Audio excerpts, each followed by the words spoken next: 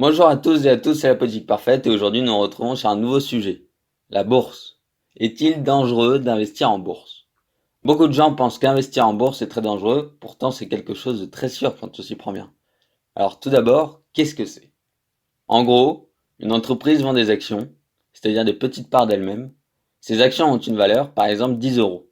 Cette valeur change en fonction des investisseurs, c'est-à-dire que plus les gens achètent d'actions, plus la demande est forte, et donc la valeur augmente. Au contraire, si les gens vendent des actions, la demande est moins forte, et donc la valeur baisse.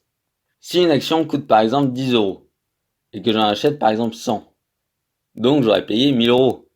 Si la valeur monte par exemple de 1 euro et que mon action vaut 11 euros, si je revends mes 100 actions, cela me fera gagner 1100 euros, soit 100 euros de plus qu'au départ. Si au contraire la valeur de mon action vaut 9 euros au lieu de 10, si je vends mes actions, je vais gagner 900 euros au lieu de 1000 euros. Donc j'aurais perdu 100 euros. Mais perdre ou gagner de l'argent n'est pas du hasard, c'est de la stratégie. Si j'achète des actions à une entreprise qui ne fait que baisser la valeur de ses actions, cela n'en vaut pas la peine. Mais si au contraire l'entreprise augmente la valeur de ses actions, dans ce cas, il est envisageable d'investir dedans. Comment savoir si la valeur des actions monte ou descend au fur et à mesure des années? Quand vous allez sur la valeur des actions d'une entreprise sur Google, vous pouvez regarder au-dessus les différents onglets qui représentent chacune une courbe qui représente elle-même l'évolution de la valeur de l'action. Le jour, les 5 derniers jours, le mois, les 6 derniers mois, l'année, les 5 dernières années, et enfin le maximum. Ce qui représente en fait l'année où l'entreprise est entrée en bourse. Il ne s'agit pas de prédire l'avenir, mais de l'anticiper. Si on prend par exemple Renault. Sur la courbe, nous voyons bien qu'après la crise de 2008, l'entreprise n'est pas montée aussi haut qu'avant cette crise. Donc malheureusement, ce sera un très gros risque d'acheter des actions ici. Mais par contre, si nous prenons par exemple Safran, nous voyons clairement que c'est du solide.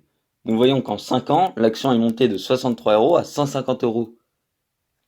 Évidemment, par la suite, il y a eu le coronavirus, donc forcément, la valeur de l'action a chuté. Mais, pas de panique, la courbe remonte en flèche, et un retour à la normale pourrait revenir d'ici quelques mois, voire un an ou peut-être 2 ans. Donc si vous achetez 5 actions Safran à l'heure que je vous parle, vous pourrez récupérer au moins 250 euros en quelques mois. Bien sûr, ce n'est pas parce que la valeur d'une action est basse qu'elle ne vous rapportera rien. Par exemple, si en l'an 2000, vous auriez acheté 1000 actions Amazon à 1,73 euros, c'est-à-dire que vous auriez acheté 1730 euros d'actions, le 19 juin 2020, vous auriez gagné 4 627 750 $, ce qui donne 4 140 218 euros et 56 centimes sans compter les dividendes. Et oui, car il arrive aussi que les entreprises remercient leurs actionnaires en leur donnant de l'argent, par exemple 2 euros par action. Donc si vous avez 1000 actions, ça vous fait gagner 2000 euros, sans vendre d'actions. Cela s'appelle les dividendes. Comment éviter les taxes quand je revends une action? En France, si nous achetons des actions brutes, quand nous les revendons, nous perdons 30% des bénéfices. Donc si vous gagnez 100 euros par action, eh bien en fait vous allez seulement en gagner 70 par action.